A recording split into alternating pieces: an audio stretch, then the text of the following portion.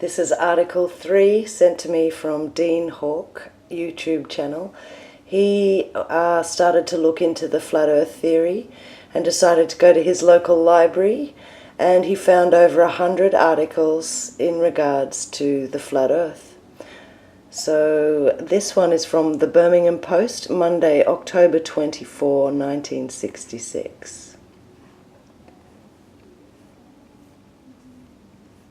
Monday Morning, The Plain Truth, by W.E. Hall.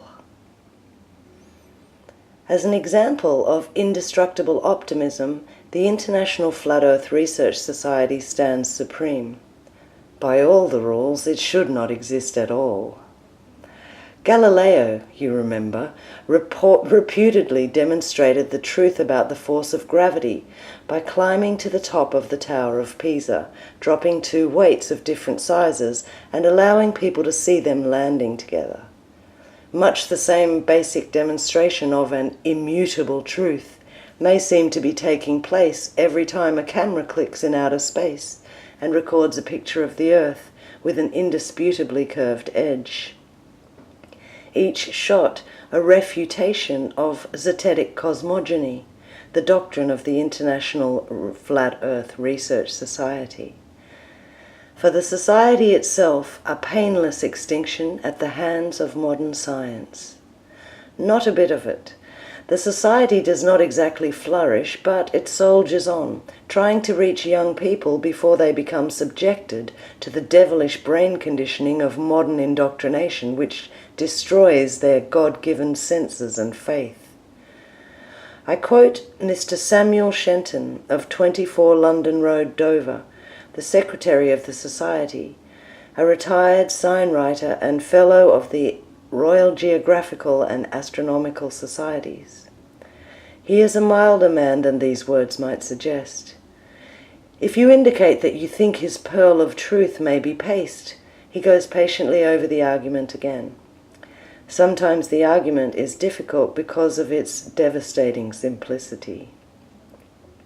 When I raised the point about a ship disappearing bit by bit over the horizon, thus demonstrating the curvature of the Earth, Mr. Shenton said, "The perspective, of course," and when I looked blank, added, "The vanishing point." The society really started in America in the 1870s when it was known as the Universal Zetetic Society, ZETO, searching to know rather than theorizing, explained Mr. Shenton. It flourished for a while and spread to this country. George Bernard Shaw attended one of its meetings and, during discussion, stood up, said he found the arguments very persuasive, and added that they led him to the conclusion that the Earth was not flat, but a cylinder. Mr. Shenton's own interest in the subject began when he was a boy during the First World War.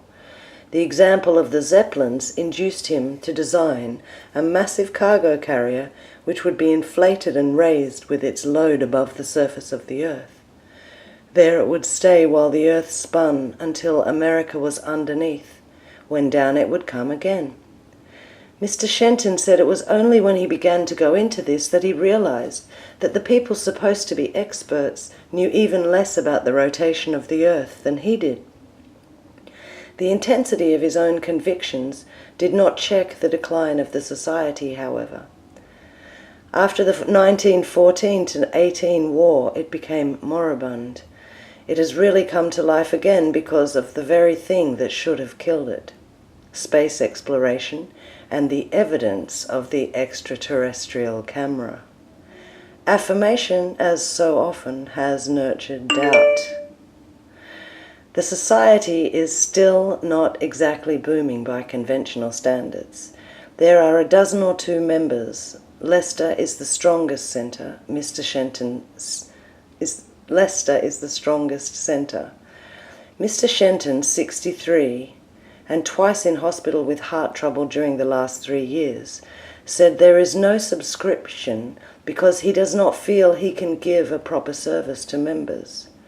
But he has lectured widely and often, and there are the letters, 150 of them, in the 7 days before we met. Most people don't bother to send postage, he said. He has been televised and interviewed. One of his latest interviewers was from an American magazine.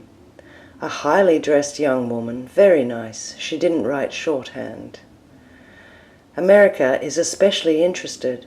One letter asking for information came from someone who lived within 15 miles of Cape Kennedy and said, "I feel that I shall be able materially to further the work of the Society from within the enemy's lines, as it were." Another was from someone employed in the missile section of a large American company. Better not say who it is. He wanted to know something about Flat Earth's theories to help subdue the panic in the event they should be revealed as fact. In this country, there is a supporter on the Court of Common Council of the City of London. Mr. Shenton scouts the established round earth theory for a variety of reasons. So far from feeling that you are on a hill with the horizon falling away on all sides, which is what he says you should feel if you are standing on a sphere, his argument is that the horizon actually rises optically as you yourself rise. If you go up in a balloon, the horizon is the highest point at eye level and the land beneath the balloon the lowest. The apparent curvature of the Earth in photographs he attributes to lens distortion. He bitterly reproaches the Americans for using the Mercator projection for space maps, when the polar projection should show the Earth as it really is. He says that the round Earth theory postulates water with a convex surface. Has anyone ever seen that? He has an answer for everything. He is strong about the difficulties of returning spacemen in catching up with the Earth's orbital speed. When I suggest that the atmosphere was carried round by the Earth, was indeed part of it, he said, "I have counted 5 different layers of cloud going in different directions." A very hard thing to do. The significance of that is that the cloud-bearing atmosphere is going whatever way the heat or the general conformity of the Earth allows. That would never be so if there was the greater thing of the orbital speed. It would all be carried along together. And what does a zetetic universe look like? You must imagine a plate with a pudding basin inverted on it. The basin represents an enclosing membrane. Above it is water. The great flood took place when the membrane was punctured. The plate represents the earth substance, and rising from it is a central column of power, around which the orbits of the astronauts take place, a kind of cosmic merry-go-round. Above this pile 6 more plate-basin combinations representing a succession of heavens. That is it, as nearly as we can tell, said Mr. Shenton. I confessed that I still found the ship disappearing over the horizon and the spacemen's photographs very persuasive.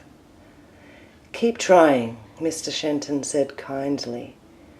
"I hope you won't pack up just because you are stuck on one point." So that's an interesting one, huh?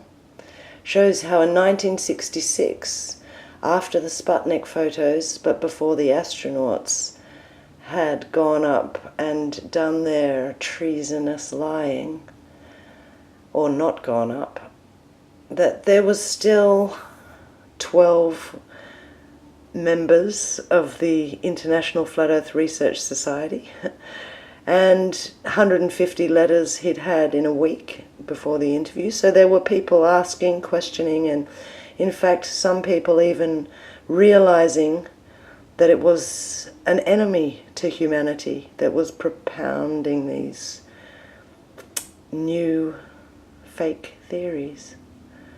I hope you enjoyed it.